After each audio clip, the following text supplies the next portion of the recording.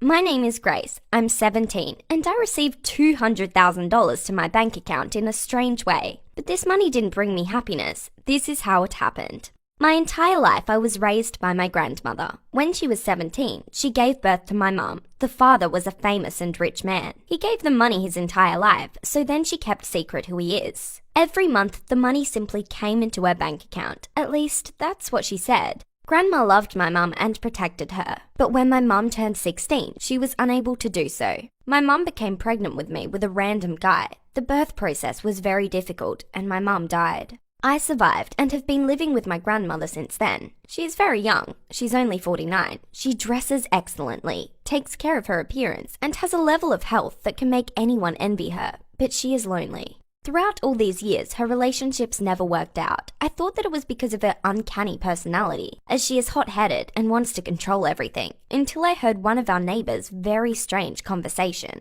Mrs. Bland, the neighbour, said that my grandma ruined my mum's life because she had a secret affair with my father. She also said that my grandmother is very cunning and is ready to do anything for money. Could it really be true? No, I couldn't believe this. Mrs. Bland is just a gossiper. Although, such suspicious thoughts didn't leave my mind. Everything was revealed when Luke, my boyfriend, came into my life. He is very kind, though he is from a poor family. Every evening, I listened to my grandmother's hysteria regarding early pregnancy, the guys who only need sex. She repeated that if I became pregnant, Luke would be unable to support me and the child. He is studying, and his family has no money. "You'll end up like your mother," she said. Though he and I were going to stay virgins until our wedding, and we wanted our first time to be special. Luke dreamed of finishing university and becoming a marketologist, but Grandma didn't believe me. But one day, her attitude strangely changed. She started begging me to introduce him. She would invite him for supper. It was so suspicious, and though I didn't believe the gossip Mrs. Blant said, I was scared that Grandma would want to steal my boyfriend, as she did with my mum.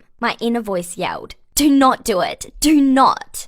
But she insisted so much that I gave up, and so Luke came for supper. She liked him. Yes, he's handsome, tall, smart, and kind, but he's also a gentleman. He brought her a great bouquet of flowers, pulled out a chair for her before we sat down, and spoke with her about her favourite books and music. Grandma listened with the smile of Mona Lisa. It seemed that she was in admiration, but didn't want to show it. I didn't know if I should be happy or worried about her approval, but after some time, I understood that it would have been better if I had not introduced him to her. The next day she told me, "I want a child," and instead of using a donor sperm, she wanted the biological father to be Luke. He was a great option, and he was in great health, while it was not clear what was in the sperm bank. I was in shock. No, of course not. But Grandma sternly said that if I refused, she would kick me out of the house, take my name out of her, and will leave me not even a penny. But if I convince Luke, she'll give me $200,000 for the wedding. I didn't know what to do.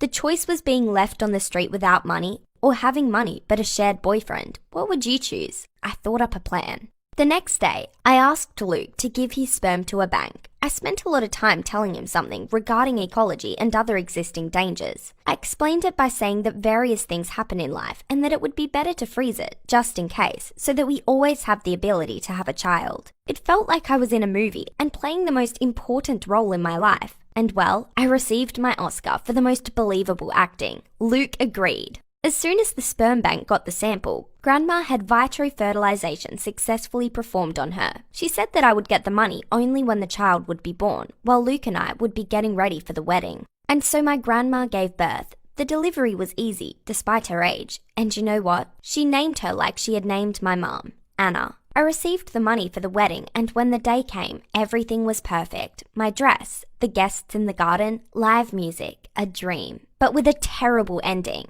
The music stopped, and Grandma got up on the stage to the microphone, raised a glass, and said, "To Luke, my granddaughter's wife, and the father of my child." What do you think happened afterwards? I went through hell when I confessed my deceit to him. Never in my life was I so ashamed. Luke said that if I had told him everything right away, we would have solved this problem together, but now he wouldn't be able to love a liar. I pleaded him to forgive me and swore I would never lie to him again, but he remained adamant. Now we are getting divorced. We didn't even have our first wedding night. In result, my marriage lasted 2 hours. But the most shocking thing happened afterwards, when I was yelling at her as to why she did it. For money. Like you, my dear. And then she told me everything. Ends up that the famous man who fathered my mum and supported her all his life died, and he left her a big inheritance, but she could only get it under one condition: if she was raising her daughter Anna. Of course he didn't specify my daughter, as his fatherhood would have been revealed.